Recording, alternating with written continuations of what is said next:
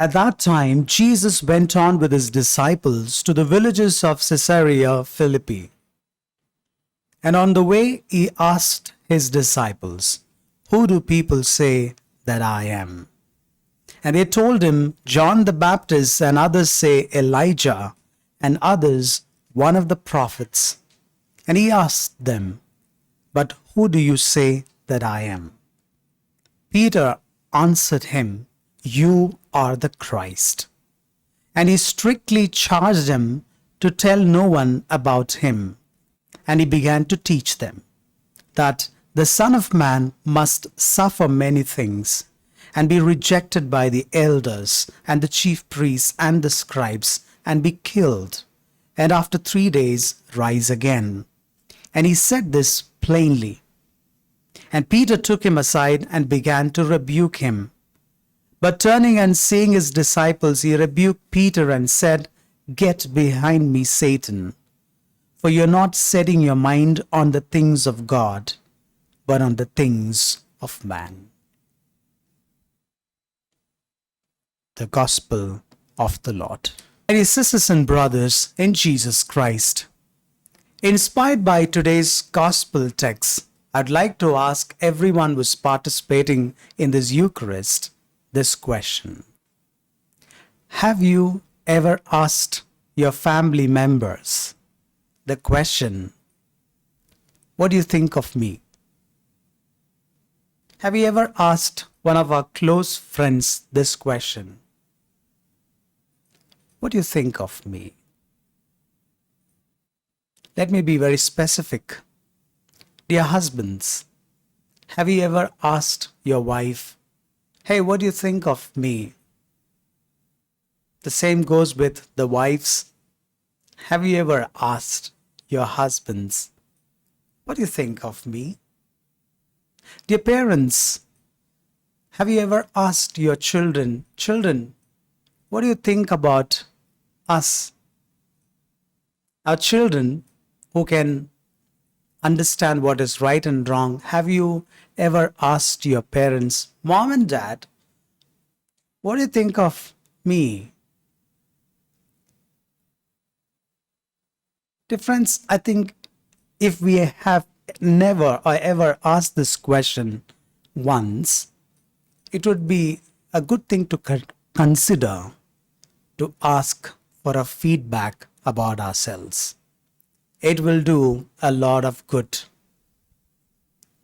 In today's Gospel text, my sisters and brothers in Jesus Christ, Jesus actually asks a feedback question. He asks his close associates, his disciples, "Hey, who do people think that I am, and who do you say that I am?" Now, what is interesting and important to consider is, despite of getting the best, the correct answer of a human about his identity, Jesus tells them, "Don't you tell about this secret to anyone."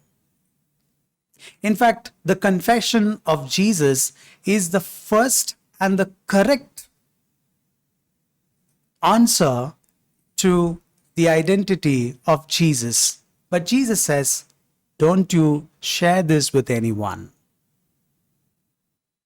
That puts us, or that invites us to ask this question, why didn't Jesus wanted his disciples to spread about that good news that he is the Messiah? It is because the identity that Peter has found, the disciples have found, is the identity of Jesus who is before his resurrection. Or rather, it is the identity of Jesus who was not yet resurrected. Jesus, my dear friends, knew for himself that the disciples definitely have found the identity of himself or the identity of Christ, but it is influenced by what they have seen. He didn't want himself to be identified as a miracle worker, a healer, or an exorcist. That is not the identity that Jesus wanted them to remember. The Jesus that he wanted to remember is the God who's become human for their sake. The one who will suffer, die, and later resurrect. Yes, my dear friends, Jesus knew that the God that they have to remember is not the pre-Easter Jesus, but the Jesus who died, who suffered and resurrected for the sake of every one of us.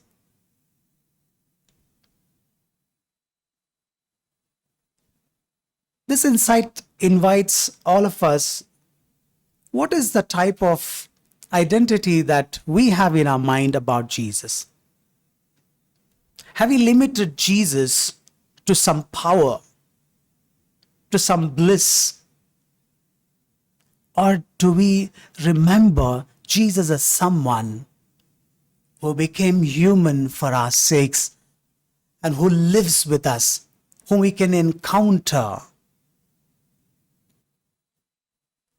Some of the questions and reflection for us to ponder this morning, friends. The first thing, it is good to consider feedback. Feedback, my dear friends, will help all of us in some way or the other. Be it in our professional life, or personal or relationship life, feedback will do good to us. Secondly, of course, feedback will help, but not just the feedback of the outsiders, the others. The best feedback that we could have is the feedback that we get from our own examination of conscience. Many of the times, there are many people who come to me for counseling or for sharing, and I find that people come crushed. They come broken because they've given so much of importance to what others think of them. I keep telling, the best critic that we could have in our life is we ourselves. And so you be the best critic for yourself and the best fan of yourself. Now finally, yes, we need the feedback from others. We also need to introspect within and find who we are truly within. But the most and the ultimate thing that we need to realize and that we can learn from Jesus from today's gospel is who is Jesus for us. Because the identity of Jesus will determine our relationship with him. Let us find the true identity of Jesus and merge with him.